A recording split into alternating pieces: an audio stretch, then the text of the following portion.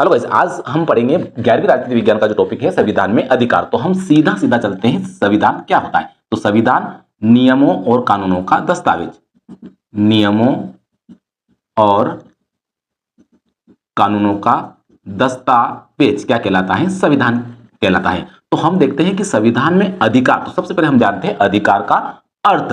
तो अधिकार का क्या अर्थ होता है? अधिकार का सीधा सीधा अर्थ होता है हमारी उचित मांग।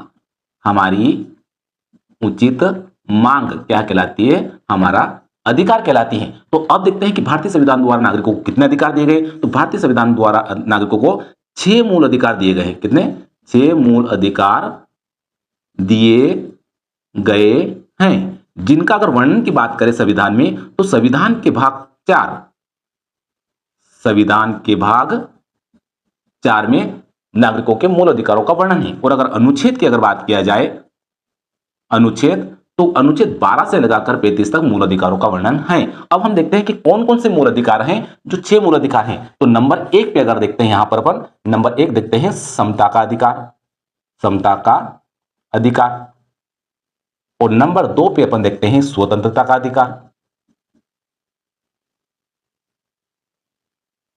और नंबर 3 पे अपन देखते हैं शोषण के विरुद्ध अधिकार। और नंबर 4 पे अपन देखते हैं धार्मिक स्वतंत्रता का अधिकार।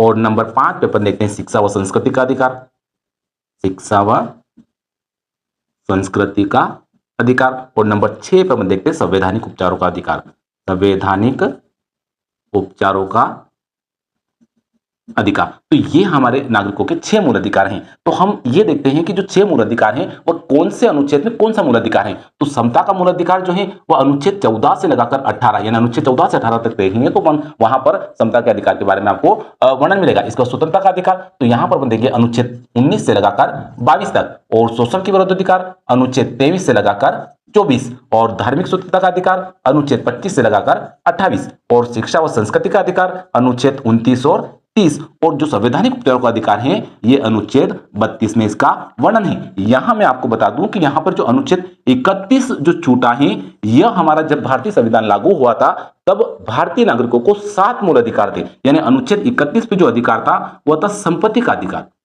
संपत्ति का अधिकार, संपत्ति का अधिकार। जो आपको बता दूं मैं कि 44वां संविधान संशोधन, 44वां संविधान संशोधन, संविधान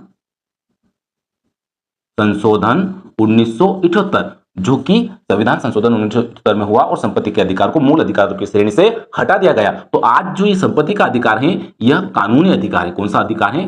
कानूनी अधिकार है। और इसको यहां 31 अनुच्छेद 31 से हटाकर अनुच्छेद 300A में सम्मिलित कर लिया गया है। अब देखते हैं, अगर आपको लगता है जैसे अपन को संविधान द्वारा नागरिकों को 6 मूल अधिकार दिए गए, लेकिन अगर हमारे किसी भी मूल अधिकार का हनन होता है या हमको अधिकार नहीं मिलता है, तो हमारा जो ये संवैधानिक उपचारों का जो अधिकार है आर्टिकल 32, इस आर्टिकल 32 में अपन को 5 प्रकार की रीट दायर करने का अधिकार है। 5 प्रकार की रीट दायर करने का अधिकार है, यानी कि सीधे सीधे हम 5 प्रकार से हमारे अधिकारों की रक्षा कर सकते हैं। और रीट कहां पर दायर होगी? सीधी सीधी बात है, रीट कहां पर दायर होती है? न्यायालय में, न्यायालय में। तो हमको ये देखना है कि ये 5 प्रकार की जो रीट हैं वह कौन कौन सी हैं। तो नंबर 1 पे अगर बात करेंगे अपन तो सीधा सीधा है बंदी प्रत्यक्षीकरण, बंदी प्रत्यक्षीकरण। और नंबर 2 पे अगर बात करेंगे तो परमादेश, परमादेश। और नंबर 3 पे अगर बात करेंगे अपन तो निषेधात्मक, निषेधात्मक। और नंबर 4 पे अगर बात करेंगे अपन तो अधिकार परीक्षा, अधिकार परीक्षा। और लास्ट में अगर 5वें नंबर की रेट की बात करेंगे तो उत्प्रेषण, उत्प्रेषण। ये 5 प्रकार की रेट हैं जिसका सीधा सीधा मूल अधिकारों के संरक्षक के रूप में देखा जाता है। ओके गाइस, एक लास्ट बात और बच गया है, जो हमारे संविधान में जो मूल अधिकार जो लिए गए हैं, ये मूल अधिकार जो है 6 मूल अधिकार, ये अमेरिका के संविधान से लिए गए हैं। कहां से लिए गए हैं? प्रश्न कभी कभी आता है कि भारत में मूल अधिकारों का जो वर्णन है वो किस संविधान से लिया गया है, किस देश के संविधान से लिया गया है? तो अमेरिका के संविधान से ही अपने मूल अधिकारों का सीधा सीधा समावेश किया गया है। ओके गाइस, मिलते हैं नेक्स्ट वीडियो में। धन्यवाद।